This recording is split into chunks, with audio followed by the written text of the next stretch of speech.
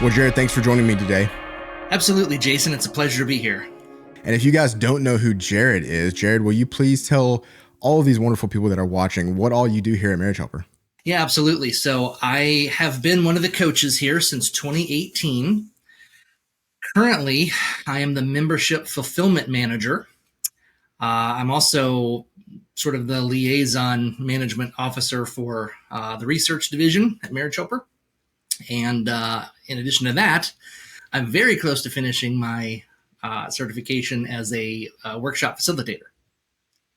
Nice. So yeah, Jared wears a lot of hats around here at Marriage Helper. He does a ton of stuff. He works with a ton of clients every day. Today, we're going to be talking about attachment. So at Marriage Helper, we teach this thing called the love path.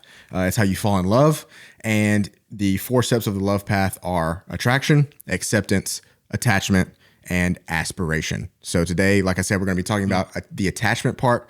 So Jared, the first question that I want to ask, and then I'll kind of just let you run with it, is where does attachment come from? Yeah, that's a great question. So the theory of attachment is that your childhood experiences serve to create sort of you might call it an emotional language that you do relationship with. And so if you want a definition of what attachment is, it is the regulation of felt security. If you think of 2 continuums, you have high anxiety and low anxiety. And then you have high avoidance and low avoidance, like that.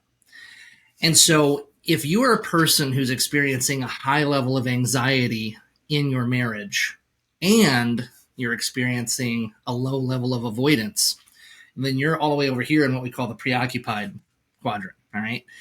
If you were a person who is experiencing a high amount of avoidance, but a low amount of anxiety, then you're down here in what we call the dismissing avoidant quadrant. There's also the fearful avoidant, where I feel a high amount of anxiety and a high amount and a low amount of avoidance. And then there is what we call the secure quadrant, where I generally have low avoidance and low anxiety toward my partner. So in order to be able to understand attachment theory well, maybe a quick story would be helpful. Let's imagine we have a little girl. She's, I don't know, say 5 years old. And she is such a good little girl. She does everything mom tells her to do.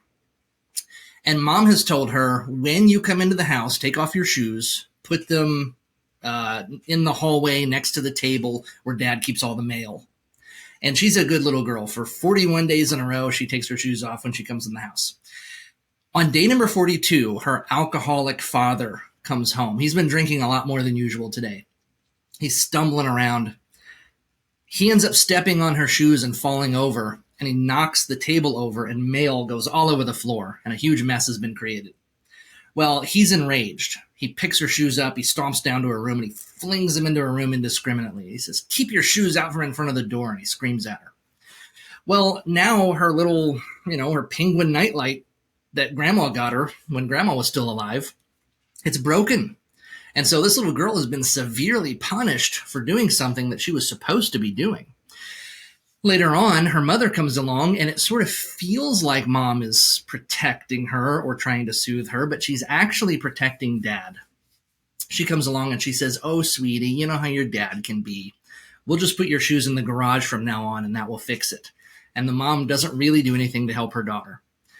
Well, when that girl grows up in that kind of an environment, when she starts to create her relationships later on, the way she attaches to people might follow this pattern. For the first 41 metaphorical days of the relationship, she believes that everything's fine and she's excited and happy.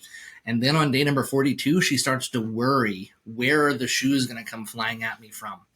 And she becomes what we call preoccupied, anxious attached, preoccupied.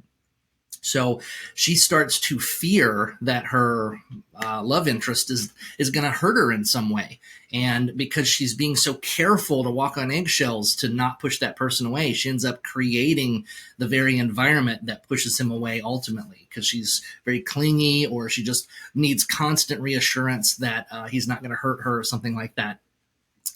Or she might follow a different pattern. She might just conclude that people are unreliable and she only can rely on herself. And she just grows up feeling confident that she doesn't need people. And so her anxiety is low, but her avoidance is high. And she becomes what we call a dismissing avoidant, where she just doesn't really build connection with people very much. She may still have relationships, but they're not very important to her. And so her childhood experiences are informing very much the kinds of relationships that she will generally build. Now, if you want to understand attachment theory, it's helpful to have this idea. There's the way you generally attach in relationships, and then there's how attached you are in this present day relationship that you're currently in. So those two are different, and here's why. You could have somebody like the girl in my last example who generally she's anxious attached, but she is married to a man who's extremely patient and gentle. And because she is feeling safe in that relationship, her anxiety is going down and her avoidance is going down. So she's moving into the secure quadrant. So even though under normal circumstances, she grew up and she would be considered an anxious attaching person, in this present relationship, she is secure.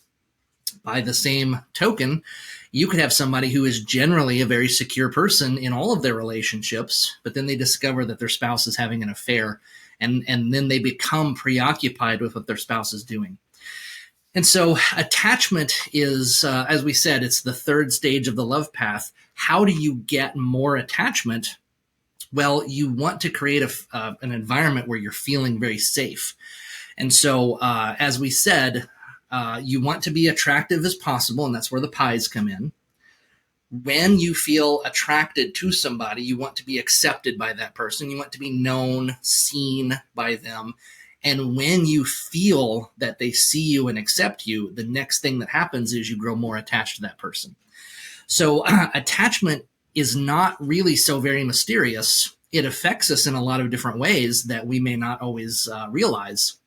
However, the solution to a bad attachment in a relationship is simply to work your pies and practice being a safe place. And if two spouses are willing to do that for each other, the likelihood that they will move into the secure quadrant of attachment is very, very high.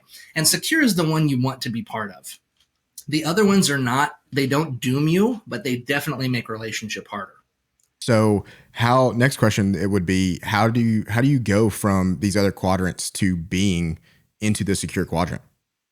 So if you remember, the continuum of avoidance. So over here on the right side, we have high avoidance. Over here on the left side, we have low avoidance. The continuum of anxiety. Up here, we have high anxiety. Down here, we have low anxiety. So you really want to move to the lower avoidant that you can be and the lowest anxiety that you can be. And that will move you into the secure quadrant. So it's almost a matter of, I have to identify what is causing me anxiety. Why do I want to avoid people? Even when you are in the secure quadrant, it's not as though everybody is totally free from anxiety or totally free from all avoidant tendencies. If you are just barely into the secure quadrant, well, there's a whole quadrant to explore. If I grow less and less and less anxious, I can move further into the secure quadrant that way. If I grow less avoidant, I can move further into the secure quadrant that way. And so, really, ultimately, I want to figure out why I feel the way I feel.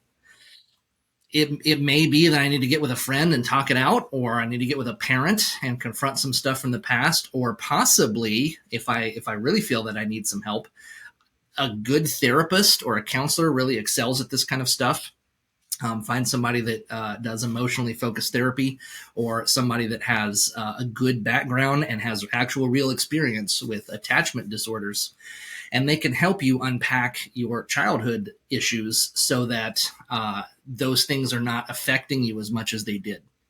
I'll tell you very quickly, when I grew up, I would generally be a secure person. But when I grew up, I was part of a church. And the people that I went to church with, they were good people. I still love many of them today, have relationships. But the church came to believe that anything that happened to you that was negative, it was your fault for not having enough faith. And so I later on rejected that viewpoint. However, I'm still pretty, I'm affected by that viewpoint. So if something goes wrong, I tend to blame myself.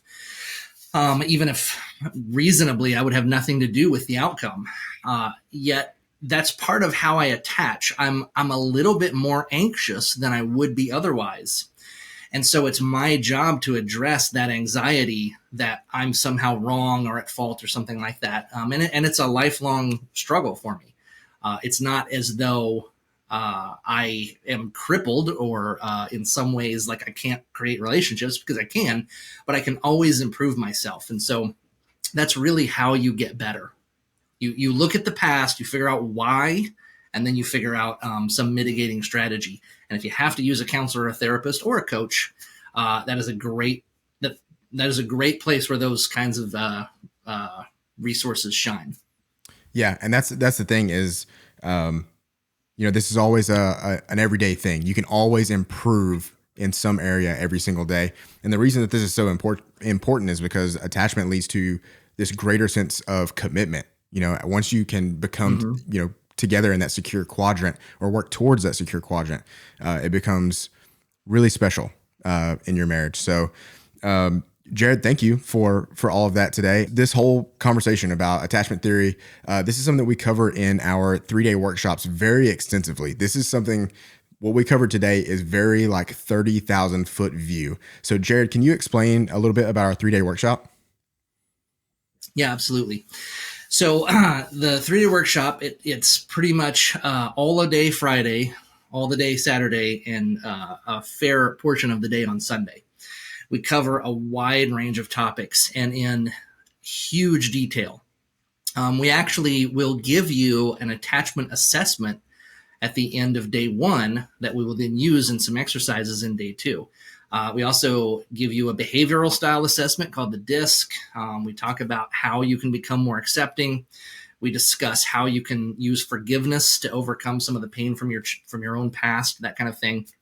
And how you can use your particular talents in order to move yourself forward on the love path. It's fantastic for learning to co-parent, learning how to just exist. I mean, we have people who come to us in various stages of crisis where most people have given up, and yet our workshop has a success rate that is extremely high. Traditionally, it's been about 3 out of the 4 couples that come to our couples in-person workshop end up restoring their marriage and keeping it that way. So it's really an excellent weekend, even if you're in a place where you go, I'm not totally sure I want to restore my marriage. I still recommend coming, because what we talk about in terms of attachment theory and understanding people and getting people to open up to you and creating better relationships, they can be used. That information can be used with your children, if you have an estranged parent, or if you just want to have better relationships at your office. The information that we teach is good for all of those environments. And so we just recommend that anybody who feels like you could use a little boost, come explore, see what it would be like. Yeah, absolutely. It's really incredible to see what goes on in those 3 days. And we've worked with thousands of couples this is our 25th year in doing these workshops, where we worked with thousands of couples and seen them go from separated to, even divorced, all the way to come back and be reconciled through this 3-day workshop.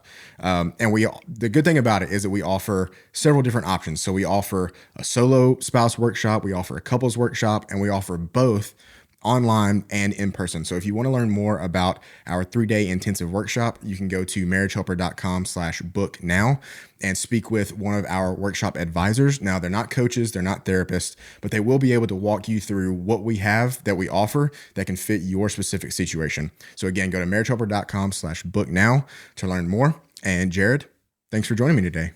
Thanks, Jason. I appreciate it, my friend. Yep. We'll see you on the next episode.